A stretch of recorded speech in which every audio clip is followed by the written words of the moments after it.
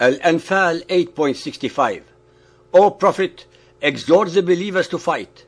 If there be of you 20 steadfast, they will overcome 200, and if there are of you 100, they shall overcome 1,000, because the disbelievers are a folk without intelligence. This surah clearly exposes Islam to be a belief system that not only encourages violence, but actually makes it a sacred duty for its followers to kill anyone who does not believe in the Muhammadan version of Islam. Not only is the all-forgiving Allah exhorting his followers to kill anyone who is not a Muhammadan Muslim, but he is also saying that all so-called unbelievers are so stupid that they will be unable to defend themselves and therefore deserve death. Al-Anfal 8.67. It is not for any prophet to have captives until he hath made slaughter in the land. You desire the lure of this world, and Allah desires for you the hereafter, and Allah is mighty, wise. Now, enjoy what you have won as lawful and good, and keep your duty to Allah. Lo, Allah is forgiving, merciful. This verse is in reference to the prisoners that Muhammad held for ransom after the battle. Allah the Merciful is saying that they should all have been killed.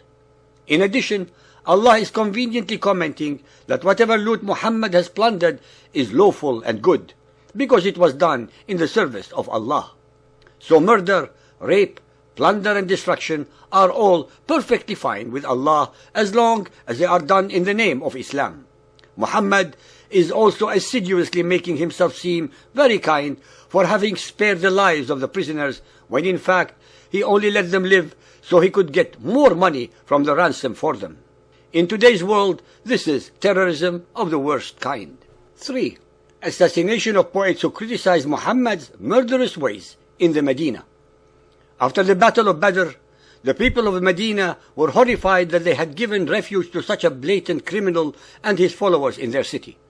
Many began protesting the presence of such violent and murderous people in their city.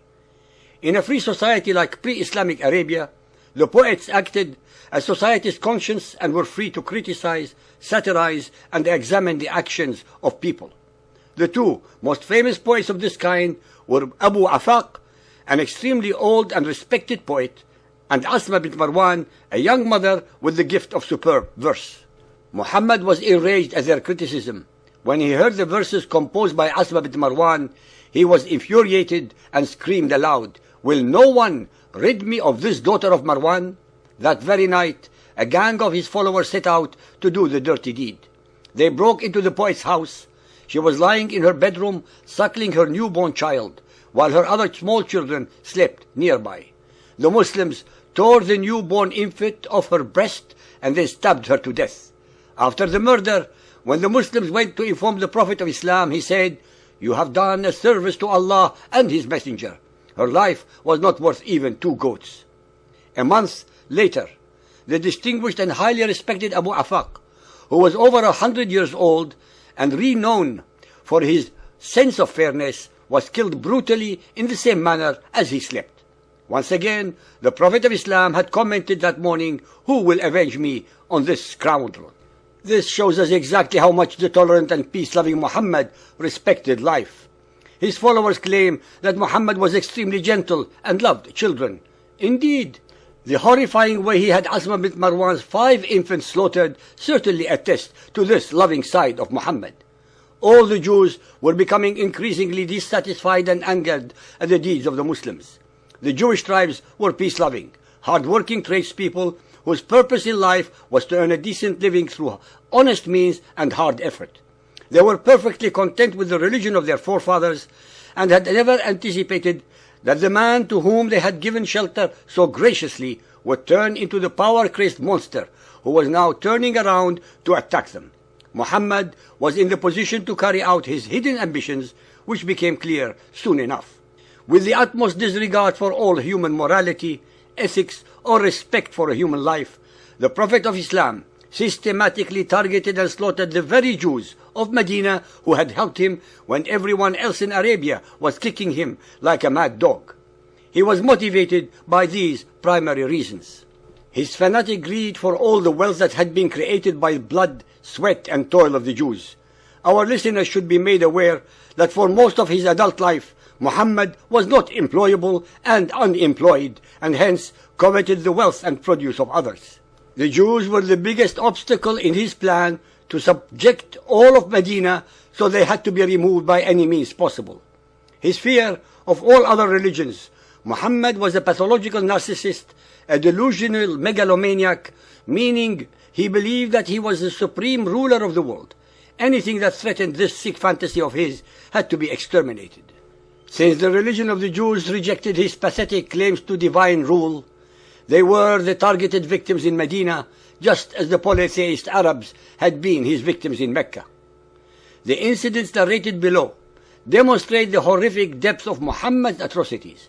Keep in mind that Muhammad is the model of good Islamic behavior, and you will realize how Muhammad and Islam advocates genocide in the name of their cult belief system.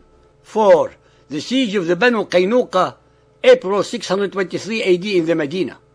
In order to get full control of the Medina, Muhammad needed to get rid of all his opponents. The strongest of these opponents was Abdullah ibn Ubay, a powerful chief who was allied with the Jewish tribe of Banu Qaynuqa. This tribe was also the weakest because they were made up of craftsmen, in particular goldsmiths. By attacking them, Muhammad knew he could plunder a huge amount of wealth and weaken Ibn Ubay. Muhammad needed an excuse to attack them, so he made a girl married to one of his followers pretend that she had been teased by the Jews. The Muslims blockaded the fort of the Banu Qaynuqa for 15 days until the starving Jews surrendered.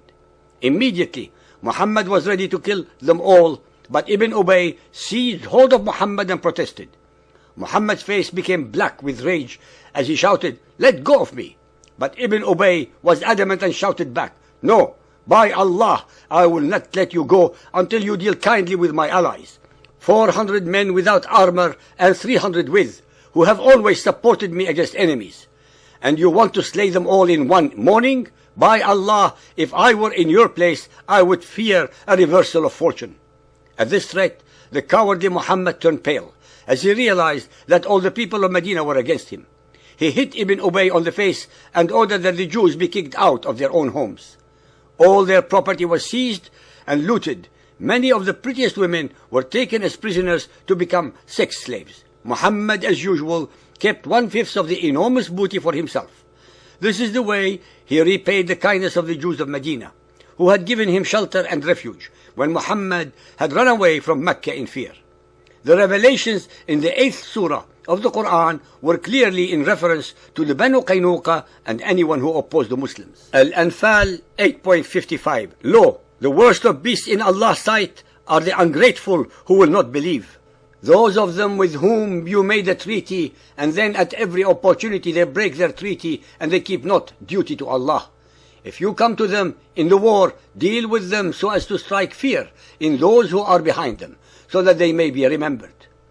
Here, Muhammad's acts of planned terrorism against the Jewish tribe is justified by Allah, because according to the merciful Allah, non-Muslims are the worst of beasts. So it is perfectly alright to murder, rape, torture, and pillage the non-believers. Not only that, but Allah is advising Muhammad and the Muslims that when anyone protests against the injustices committed by Muslims, the Muslims should make sure and deal with them with such violence that it will strike fear among anyone who may think of supporting dissent. This proves that the Quran is nothing but a political manual for controlling people with terror. Not even the fascist armies of Hitler engineered such devilish ideas.